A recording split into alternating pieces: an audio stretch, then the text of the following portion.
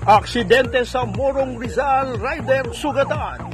Isinugod sa ospital ang isang 25 anyos na motorcycle rider na si Kyle Aaron Bautista matapos magtamo ng sugat sa ulo dahil sa pagsalpok ng minamaneho niyang motorsiklo sa poste ng Meralco sa National Road San Juan, Taghangin, Morong Rizal ngayong alas 7:30 ng umaga. Sa inisyal na impormasyon na nakalap ng Reporters TV, may iniwasang truck ang biktima habang binabaybay ang kurbadang kalsada sa lugar.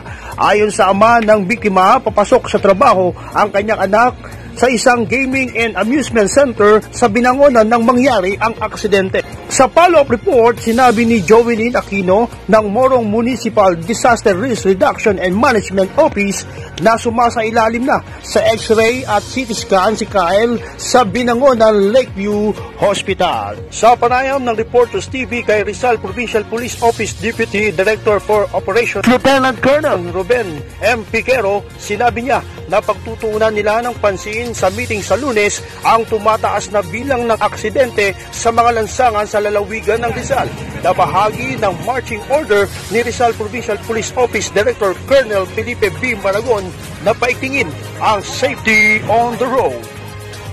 Yan ang report. Ako si Rado Trana, Reporters TV, your ultimate media channel.